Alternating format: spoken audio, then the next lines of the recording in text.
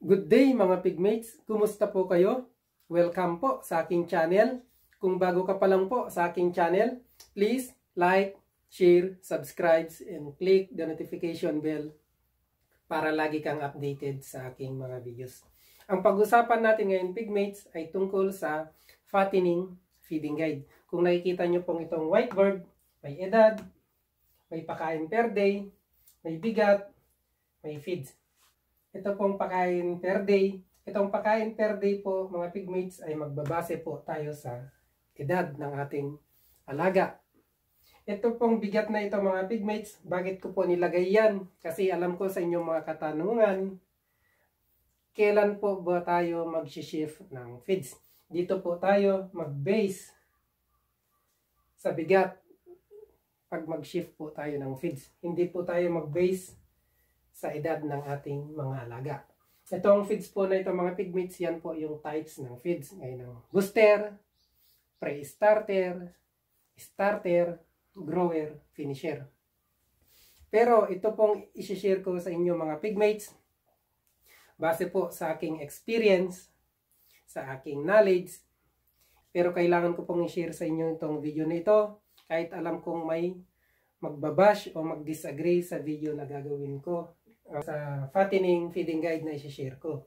Dahil ang share ko po sa inyo mga pigmates, hindi po tayo magbo-booster feeds. Kahit alam ko po na booster feeds dapat ang ipakain sa piglets na nagsususo sa ating mga inahin. Pero ito po, share ko sa inyo, hindi na po natin kailangan mag-booster feeds mga pigmates. Kasi napakamahal po ng booster feeds mga pigmates. Kaya share ko po sa inyo, ito po. Kahit alam ko po na marami pong mag-bash sa video na ito. Kasi alam ko po, booster feeds yung mga pinapakain nyo. Pero dito po, sa farm po na pinagtrabuhan ko dyan sa Pilipinas, dito man sa Japan, hindi po kami nagbo-booster feeds. Kasi napakamahal po. Kahit yung commercial farm, na may mga gaya ng malalaking feeds company na may sarili silang farm, maniwala kayo sa hindi mga pigmates, hindi po nagpapakain ng booster feeds mga yan. Kaya sa commercial nila, magpapakain ng booster feeds, pero sa totoo hindi sila magpapakain. Kasi mas marami pong backyard racer na nag-aalaga ng mga inahin. Pero yung mga backyard racer na yun ang consumer ng booster feeds. Kaya po nila ginawa yan kasi napakamahal po yan. Kasi 7 days to 35 days hanggang pagwalay booster feeds po ang program nila. Kaya isipin nyo, mga pigmates, napakarami po ng mga backyard racer. Yan po yung consumer nila ng booster feeds. Pero sa totoo lang po, hindi sila nagpapakain ng booster feeds. Kahit anong commercial farm man yan. Kaya pasensya na po sa mga nanonood na hog racer na hindi na po mag-booster feeds. Kung nag-booster feeds man kayo, pasensya na po. Ito pong share ko sa inyo para katipiran po ng ating mga hog racer na backyard racer po. Ito po, ibibigay ko po yung pakain, feeding per day.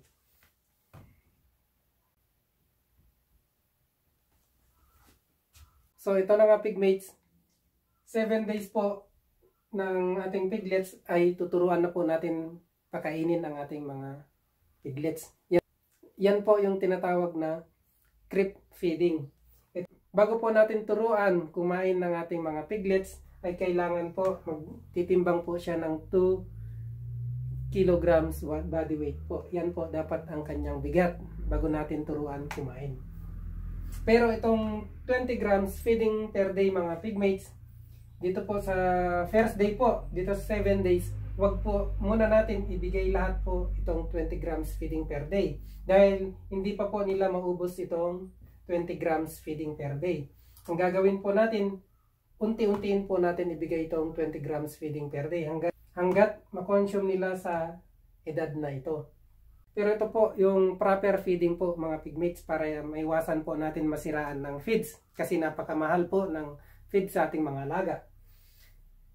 7 days po ang practice o practical na tamang pakain sa ating mga alaga. Ang gagawin po natin, magdakot po tayo ng feeds, kahit isang dakot o dalawang dakot. Tutunawin po natin yung mga pigmates. At pag natunaw po, ipapahid po natin sa suso ng inahin. Para yung mga piglets, pag sumusupo sa kanilang ina o sa inahin, malalasahan po nila yung feeds na tinunaw natin na pinahid sa suso ng ating mga inahin. Kaya yun po yung practical na tamang pagpapakain sa ating mga alaga. Kasi paglagay mo po dito sa 7 days po ng ating mga piglets, paglagay mo po ng feeds, hindi po nila kakainin agad yan. Kasi tinuturuan pa lang po natin kumakain ng ating mga piglets. Kaya pag nagpahid na po kayo ng feeds sa suso ng inahin, ang gagawin po natin kung 10 man po yung anak niya, kahit 10 kutsara lang po ang ilalagay natin sa feeding trough o sa kainan ng ating mga piglets. Kasi po tinuturuan pa lang po natin kumain. Pag naubos po nila yung 10 kutsara na nilagay nyo sa kanilang kainan, maaari po natin dadagdagan na naman po yun. Gawin po nating 20 na kutsara po. Unti-untiin po natin na ipakain itong 20 grams feeding per day sa edad na ito. Hindi po porket na sinabi kong 20 grams feeding per day, unang pakain pa lang po ay binigay nyo na yung 20 grams feeding per day sa isang piglets. Hindi po nila mauubos po ito agad-agad pag binigay nyo sa first day, second day. Ang gagawin nyo po, unti-untiin nyo po ibigay yan 20 grams feeding per day hanggat maubos nila sa edad na ito. Yan po ang tamang pakain po. Kasi pag binigay po natin lahat yan, lalangawin, magkakaroon ng uod, mapapanis, may sira lamang po. Expenses na naman po yung ginawa natin. Nilagay nyo po lahat. Tapos may mga manok po sa inyong mga, kahit wala po kayong manok, tapos yung kapitbahay nyo po may mga manok. Papasok po yung mga manok sa inyong mga kulungan at kakainin na naman po yung feeds na nilagay ninyo. Expenses na naman po yun kasi manok lang po ang nakinabang. Hindi nyo pa manok pa ng kapitbahay, manok yung tataba. Kaya ang practice po, unti-untiin po natin ibigay yung 20 grams feeding per day dito sa edad na ito. Yan po ang proper feeding po. Okay, ito na naman po yung next na edad. Mag-iba na naman po yung pakain natin. Pero pre-starter pa rin po yan. Mag-iba lang po yung dami ng pakain dito sa edad na ito.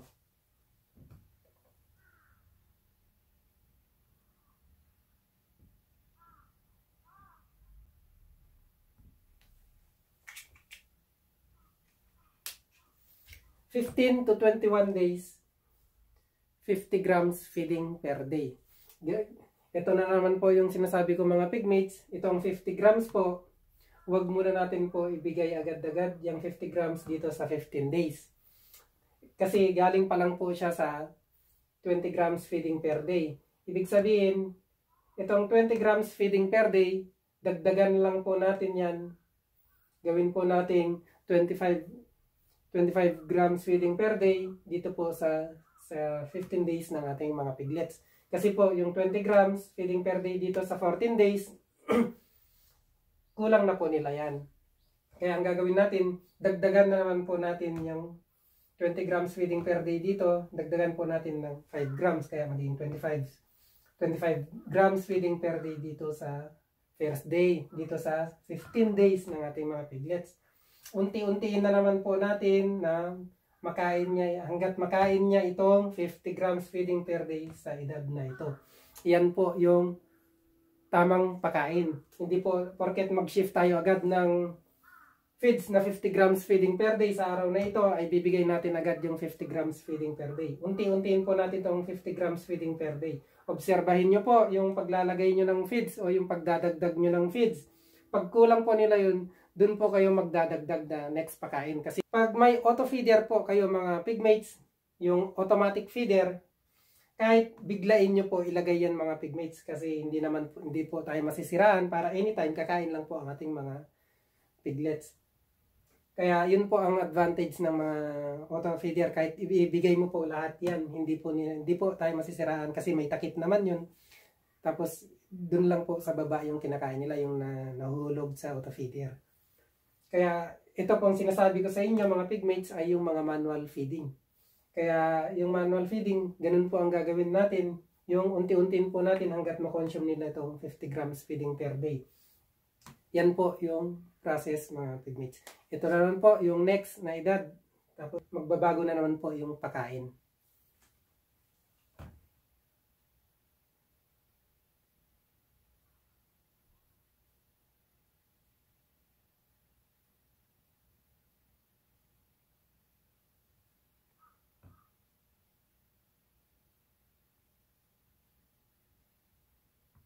So ito na mga pigmates, nilagay ko na po yung dami po ng pagkain sa bawat po base po sa kanilang edad.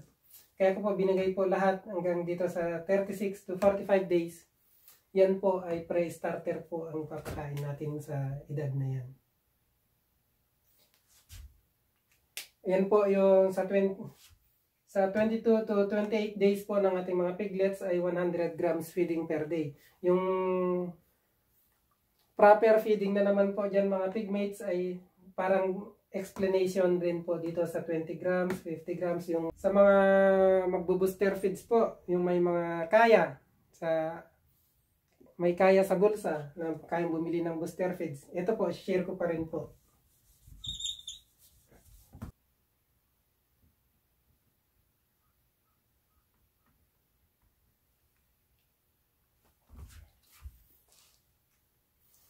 Sa mga may kaya sa bulsa, 7 days to 35 days.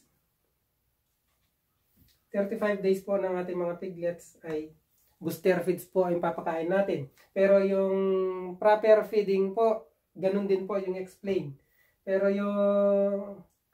ito pa rin po yung dami ng pakain sa ating mga alaga. Hindi rin po nagbabago. Pero yung proper feeding po, yun din po yung unti-untiin nyo po hanggat makonsume nila sa edad na yan, yung ganyang dami po ng pakain sa isang araw.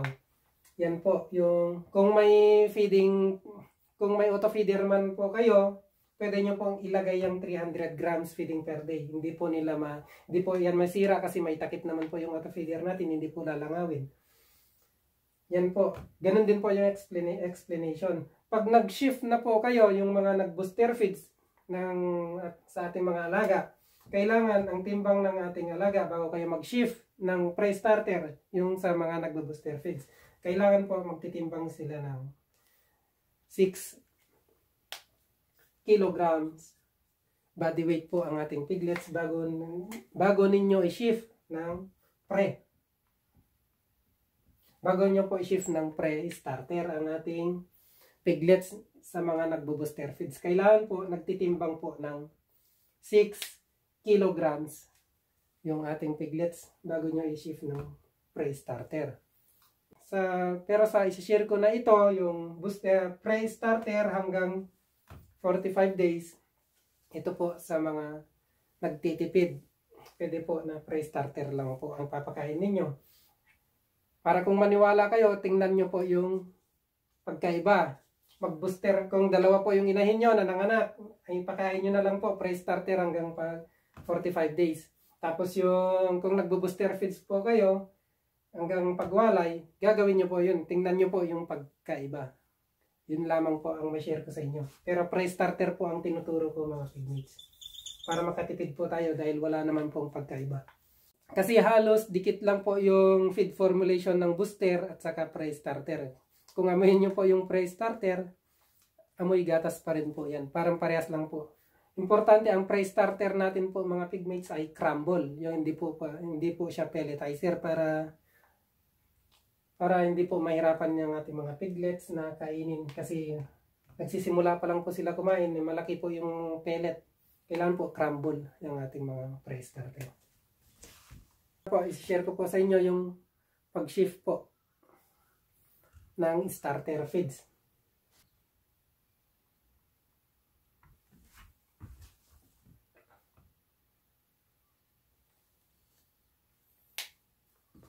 Okay, 46 to 80 days sa ating mga alaga, kailangan yung papakain po natin ay 1 kilo sa isang araw.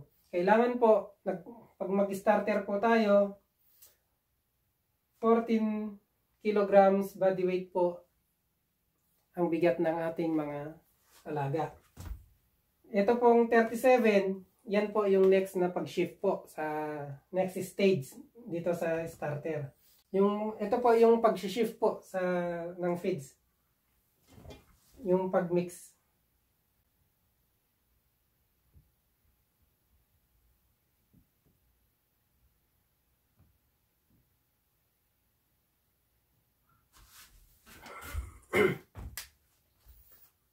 So, ito nga pigmates yung paraan kung paano po pag-shift ng ating feeds. So, ito na po yung tamang pag-shift po ng feeds sa ating mga alaga para maiwasan po natin na mabigla ang kanilang tiyan, para maiwasan po yung paglalambot po ng dumi sa ating mga alaga. Ang first day po, kumbaga galing po tayo sa pre-starter, mag-shift na po tayo ng starter feeds dito sa edad na ito na 46 days. Ang gagawin po natin dito sa 46 days, 75% po na pre-starter, 25% po na starter. The next day po na pakain natin, 47 days, 50-50 na po yung paghalo. 50% na pre-starter, 50% po na starter. Sa third day na po, 75%, 75% po na starter. Sa 4 days na po ng pakain, 100% na po na starter ang ipapakain natin. Dito po sa 49 days na po ng ating mga alaga, 100% na po ipapakain natin na starter. Pero dito po sa 100% po na starter po ang papakain natin, wag muna pong 1 kilograms feeding per day. Dahil lang alam ko po, hindi pa po nila maubos yung 1 kilograms feeding per day sa edad na yan. Kumbaga 46, 47, 48, 49. Dahil dito sa 49 days, ang alam ko po, hindi pa po nila maubos yung 1 kilograms feeding per day. Ang gagawin niyo po, unti-untiin niyo po hanggat ma-consume nila itong 1 kilograms feeding per day dito sa edad na ito. Hindi po porket na 100% na po yung sinabi ko, 1 kilograms na po ipapakain natin sa 49 days po ng pakain sa ating mga alaga. Dahil dito po sa 100%, yan po yung mixing. Na hindi na po tayo magdadagdag ng pre-starter. Yan po yung mixing. Kumbaga, 75-25, 50-50, 25-75, magiging 100%. Yan po yung 100%. Hindi po yung 100% na 1 kilograms na po ibibigay natin. Kasi hindi pa po nila maubos yung 1 kilograms. Ang gagawin nyo po, unti-untiin nyo lamang po. Yun lamang po yung proper feeding. Pag nag-shift po tayo ng grower, mga pigmates, ganyan din po yung pag-shift. Kumbaga, starter na rin yan. Grower naman to. Ganun din po. Kumbaga, grower. Yan po yung pag-shift. Ganyan din po yung percentage para maiwasan po yung pagdudumi ng ating mga alaga. Hindi po pag nag-shift po tayo, hindi po yun pagdudumi. Dahil lang, nangyayari po yun dahil binigla po natin na pure po ang papakain natin. Yun lamang po. Ito po yung proper na pag-shift po ng feeds. Okay, bibigay ko na po yung grower.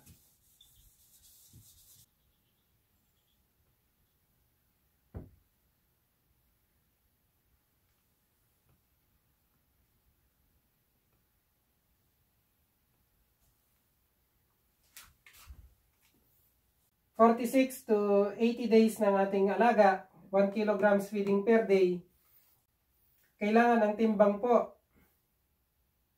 ng ating alaga bago tayo mag-shift ng grower ay kailangan magtitimbang po siya ng 37 kilograms body weight bago po natin pakainin ng grower ang ating alaga. Pero ito po mga pigmates, ito sa 46 to 80 days ng ating alaga, pag na-meet na nila itong 37 kilograms body weight, kahit wala pa pong 80, pwede na po tayo mag-shift ng grower. Yan. So, ito na nga mga pigmates. 81 to 123 days, 2 kilograms feeding per day. Kailangan ang timbang ng ating alaga, bago mag-grower, kailangan magtitimbang siya ng 37 kilograms body weight.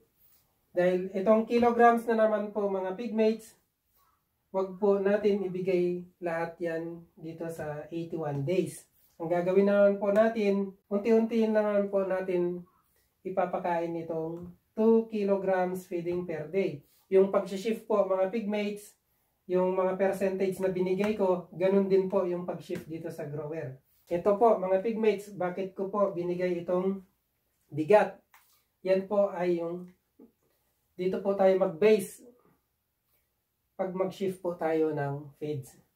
Dahil ito po, kung mapapansin nyo po, sa starter, kailangan magtimbang po ng 14 to 37 kilograms body weight dito sa edad na ito.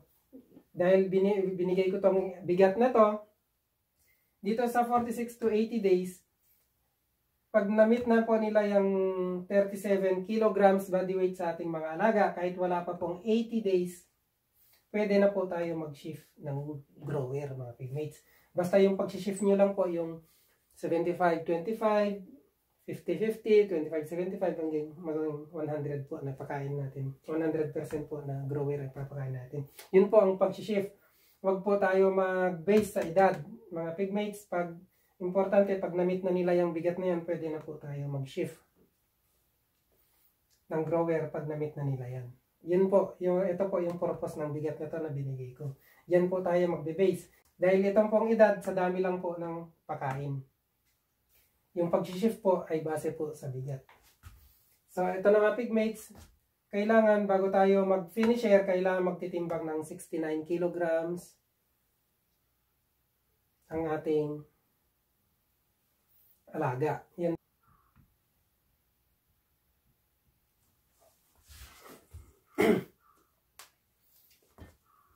So, ito na nga mga pigmates. 124 to 143 days, 2.20 kilograms feeding per day.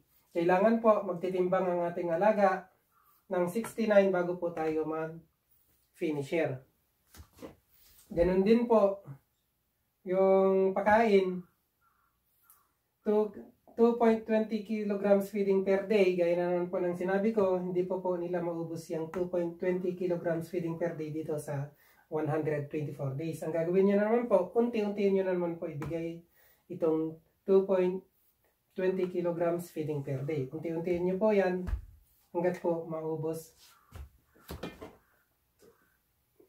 yung 2.20 kilograms feeding per day.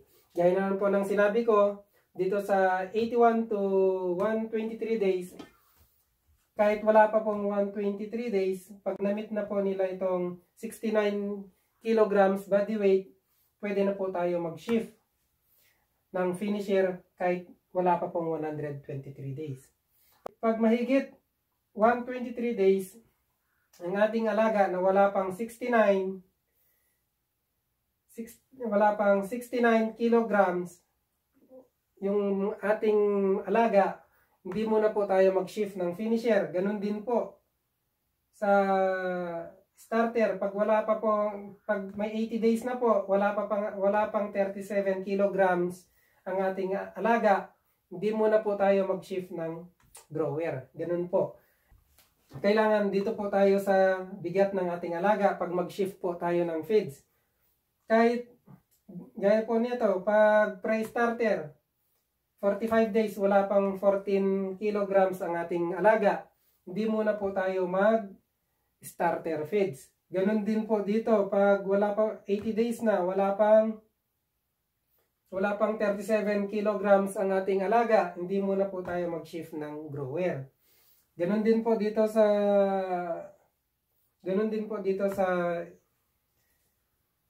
finisher, wag muna po tayo mag-shift niyan pag wala pang 69 kilograms ang ating alaga. Pero po, itong mga pigmates, i-revise ko po ito. Dahil itong finisher, kahit hindi na po kayo magpakain ng finisher. Kaya binigay ko lang po ito kasi alam ko may nagpapakain din po sa inyo ng finisher.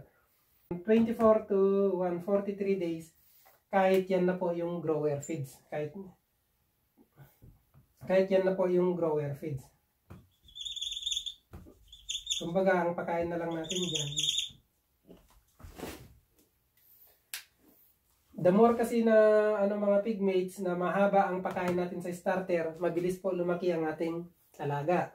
Dito po sa grower, pinapamature na niya na po yung mga muscle ng ating alaga. Kaya ito na po yung mga katanungan nyo. Bakit hindi na po tayo mag-finisher? Yung finisher po kasi na yan mga pigmates, kasi ang alam ko sa inyo na haka-haka ninyo, pampanipis ng taba, pampabigat, hindi po yun tama yung haka-haka nyo mga pigmates. Yung finisher na po yan mga pigmates, ayan po yung flashing. Kumbaga, kung bakit finisher, kasi finisher na nga po yung tawag, finish. Kumbaga, fina-flash niya po yung mga kinakain nito, no? Kinakain ng ating alaga, gaya nito. Kasi itong mga stage na to mga pigmates, may chemical pa yan, kung ano man yung mga naihalo sa mga feeds. Yan po ay may chemical pa, kung bakit nagpa-fast growth pa po ang ating mga alaga. Yung finisher po, yun, fina-flash niya po yung mga chemical sa katawan ng ating alaga, kaya finisher po yung tawag. Para yung finisher na yun, ready to slaughter. Kaya po, hindi po totoo yung pampabigat, pampanipis ng taba. Ihalimbawa ko na lang po sa atin, yung mga sa tao. Sa isang pamilya po, may payat, may matataba din po. Ganun din po yung sa ating mga piglets. Sa magkakapatid po, may maninipis po yung taba dyan, may matataba din po. Ganun din po sa tao, di ba? Kumbaga, sa aming magkakapatid, may mataba po sa amin. Kumbaga, mana-mana lang po yan. Mana sa tatay, mana sa ganito. Kaya hindi po totoo yung manipis yung taba. Subukan nyo po yung pansinin sa mga piglets niyo, may payat din diyan, may mga matataba. Ganun din po 'yun. Kaya wag na po kayo mag-finisher. Pag dinala naman po 'yan sa slaughter, ifa-fasting naman po nila 'yan ng 1 linggo. Hindi po nila pinapakain niya ng 1 linggo bago slaughter. Kaya 'yun na rin po yung flashing na 'yun. Kaya wag na po kayo mag-finisher, hindi po tama yung pampabigat. Kasi kung pampabigat, di yun na lang sana ipakain natin. Pampanipis ng taba, di dahol na po yun. Yun ang papakain natin para hindi na po mataba ang ating alaga. Kahit naman nag-finisher kayo, di ba? Pag kinatay nyo, may mataba din. May mga kakapal din yung taba. Yung matataba po, nasa ano po yan? Genetics. Nasa hereditary, hindi po, wala po sa feeds yan. Kasi dito nga po, pag nag-harvest po kami, may machine, may equipment po kami dito na pang backfat. May matataba din po. May mga 2.5 yung taba, yung kapal ng taba. Yun po yung binabackfat namin. Pero yung pag 2.5 na po yung harvest namin dito, pag nag-harvest po kami, pag 2.5 po yung kapal ng backfat niya, hindi po namin papakainin yun. I-diet po namin para ninipis po yung taba. Kasi hindi naman po lahat yun eh. Kasi kumbaga nag-harvest po kami ng 50 heads. Nasa 3 lang po yung makakapal yung taba, yung 2.5. Pero the rest na po, 2.1, 2.0, yun po yung mga karamihan na ano namin. May 1.8 din po. Kaya wag niyo pong sabihin na pampanipis po ng taba yung finisher. Hindi rin po siya pang pabigat. Subukan nyo na, siyempre bumibigat po yun kasi pinapakain pa po natin eh, siyempre lumalaki din. Pong 124 to 143 days, finisher po dapat yan, pero ni-revise ko po, ginawa ko na po grower. Sa mga nanonood po na nag-finisher, ito po, finisher po ito.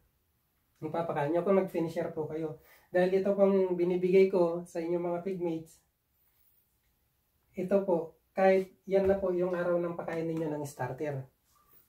Ito pong binigay ko sa inyo mga pigmates na feeding guide ng fattener. Ito po yung na-experience ko po. Kung mapapansin nyo po sa feeding guide ng commercial farm, kasi may mga feeding guide naman yan.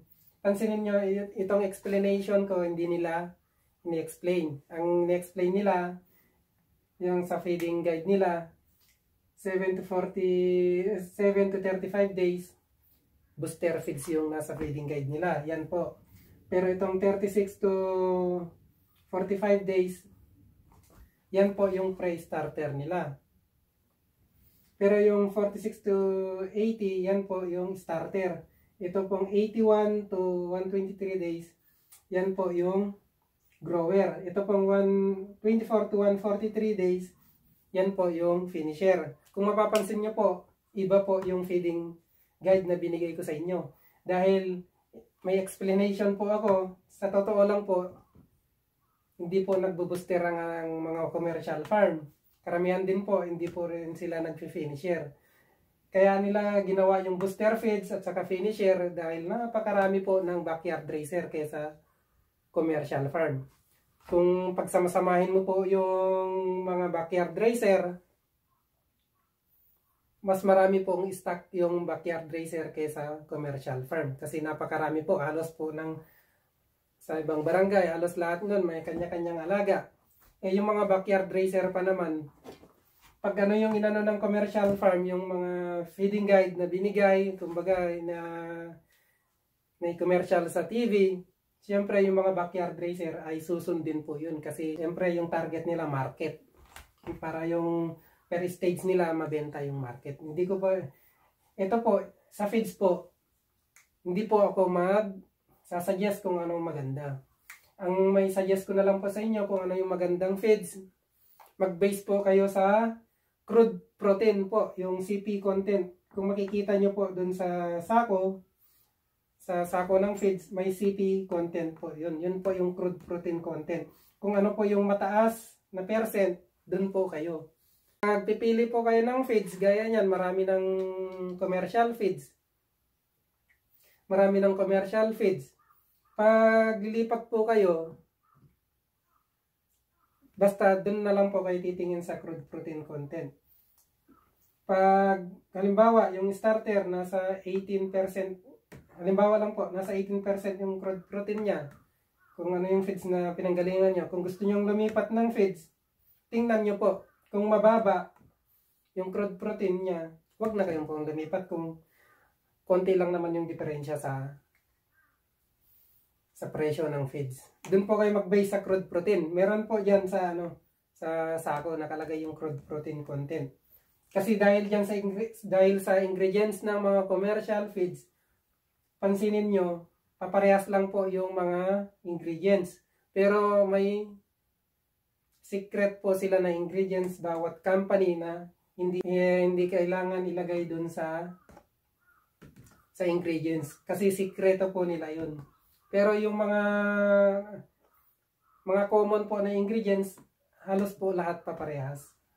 Pero may mga secret po dyan na ingredients na hindi nila ilagay. Kasi syempre para hindi po magaya ng mga nag-feed formulation. Ito pong mga pigmates, itong shinare ko sa inyo, pure feeds po ito mga pigmates. Kung may kakayahan naman po kayo, kahit mag-pure feeds na lang po kayo mga pigmates. Kasi pag naghalo naman po kayo ng darak, pure feeds, commercial feeds, tapos naghalo kayo ng darak, ang sasabihin ko po sa inyo mga pigmates, ang main ingredients po ng feeds, darak, mais, yun din po yun. Mas marami po yung darak dito, at saka yung mais, may soya meal, ganun. Kaya wag na po kayo maghalo. Subukan nyo pong tunawin yung mga commercial feeds ninyo.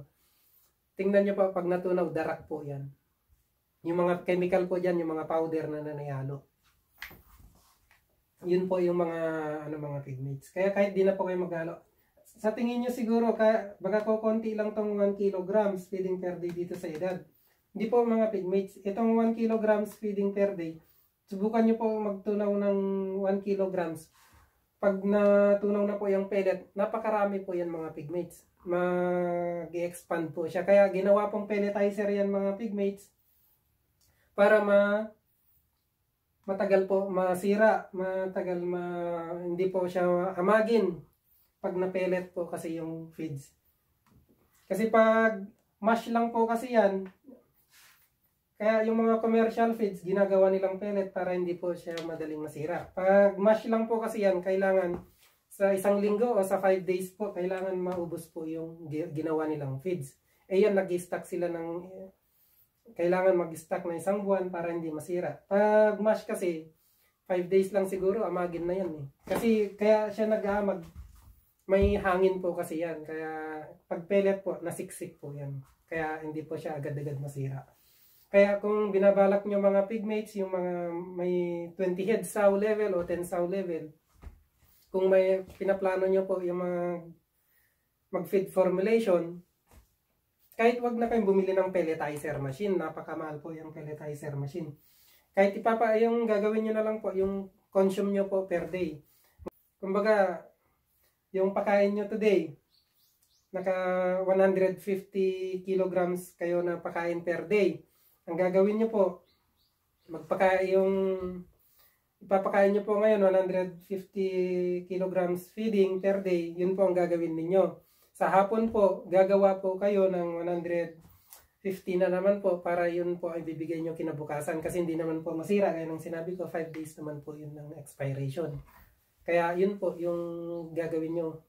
Yung pakain nyo sa the next day, gagawin nyo po ng hapon para pag pinakain nyo na naman po yun na kinabukasan, gagawa na, pag tapos na kayo magpakain, gagawa na naman po kayo ng ipapakain nyo sa next day. Ganun lamang po yung pag mag-feed formulation po kayo. Yun lamang po. So ito mga pigmates, ito po yung gagawin nyo po mga pigmates. Yan lamang po. Kasi ito po, na-experience ko na po ito mga pigmates.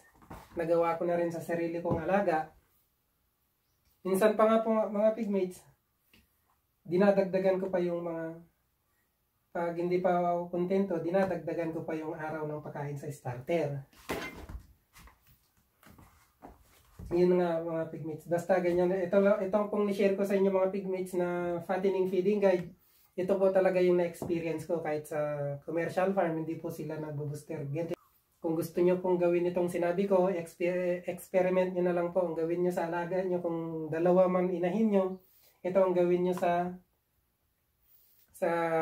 anak ng yung isang inahin. Itong feeding guide. Pero kung sa isa po, kung nagbo-booster kayo, ito rin po yung pakain sa isang araw. Ito rin po yung pakain nila base sa kanilang mga edad. Pero ito po, kung nagbo-booster man kayo, nagpe-pre, nagpe-finisher, yan po yung gagawin nyo. Yun pa rin sundin nyo. I-compare nyo po kung anong pagkaiba dito sa sinabi ko at saka dun sa feeding guide nyo. Ito mga pigmates, kung may gaya ng sinabi ko sa inyo, kung may auto-feeder kayo, kahit ibigay nyo na po lahat yan, kahit punuin nyo yung feeding, yung auto-feeder ninyo. Ito po mga pigmates ay sa mga manual feeding para hindi po masiraan. Kaya kontrolin po natin. Kasi pag nagbigay tayo ng marami, hindi naman na maubos. Pag naglinis na naman po tayo ng kulungan na pag sunod na magpakain natin, sa susunod na magpakain tayo, ang naobserbahan ko sa mga hog racer na backyard racer, pag naglilinis yan, sinasama nila nililinis yung feeding trough, yung kainan. Kung may tira man dun, winawalis na rin nila yun. Expenses na naman po yun. Kaya ang gagawin po natin, kahit tuloy-tuloy po tayo magpakain, basta fattening po, kahit tuloy-tuloy po tayo magpakain, basta siguraduhin po natin yung binibigay natin sa mga manual feeding. Basta yung mga binibigay natin ay nauubos po ng ating mga alaga. Kahit pakain po tayo ng pakain mga pigmates. Kasi the more po na magpakain tayo ng pakain mga pigmates, okay po yun. Kasi sa mga commercial farm naman po, steady lang po yung pakain nila. Kasi auto-feeder naman. Sa mga manual feeding, yun po ang gagawin ninyo. Unti-untiin nyo po, kahit pakain kayo ng pakain kada oras, basta siguraduhin nyo makonsume po yun. Yung feeding guide lang po na kinokontrol natin na pakain ay yung inahin. Kung hindi nyo po napanood yun, meron na po sa vlog ko po yung sow feeding guide. Yun po yung sundin natin na feeding guide. Hindi po yung magbigay tayo ng magbigay dahil yun po ang kinokontrol natin. Kasi pag pakain naman po tayo ng pakain dun sa inahin, expenses po yun. Tapos konti na naman po. Pag konti yung anak niya, dami natin expenses dun. Eh di nalulugi na po tayo. Kahit marami pong anak yan. Kasi pakain po tayo ng pakain sa inahin. May lalaki pa. Dito po sa fattening, kahit pakain po tayo ng pakain sa mga manual feeding, ang gagawin lang po natin, siguraduhin natin yung mga binibigay natin ay maubos. So, yung mga pigmates, kaya kung tatanungin nyo po mga hog raiser o mga pigmates, kung ano yung maganda, wet feeding o dry feeding, parehas lang po. Ang dry feeding po, pag marami na po kayong alaga, kahit dry feeding na lang po kayo. Pero kung gusto nyo rin po mag-wet feeding, pwede rin naman po. Ang pagkaiba lang naman po niyan, matrabaho po yung wet feeding. Eh, siguraduhin nyo po yung mga tinutunaw nyo o yung pinapakain nyo na wet feeding. Siguraduhin nyo po na maubos yung tinitimpla nyo. Kasi pag di naubos yun, the next day, hindi nyo na po pwedeng ipakain yun. Kasi parang maasim na yung amoy. Pag hindi nyo naubos lahat yun. Pag pinakain nyo po yun, sasakit yung tiyan ng ating mga alaga. Kasi parehas lang po ang wet feeding at saka dry feeding. Ang pagkaiba, matrabaho. Pag dry feeding po kayo, importante may drinker po ang ating inahin o fattening. Importante may steady po na inumin ng ating baboy pag dry feeding. Pag wet feeding naman po, hindi naman po na yung pinangtunaw nyo ng feeds, hindi po sapat yun na tubig. Nagpapainom din po kayo dyan. Kailangan may drinker pa rin.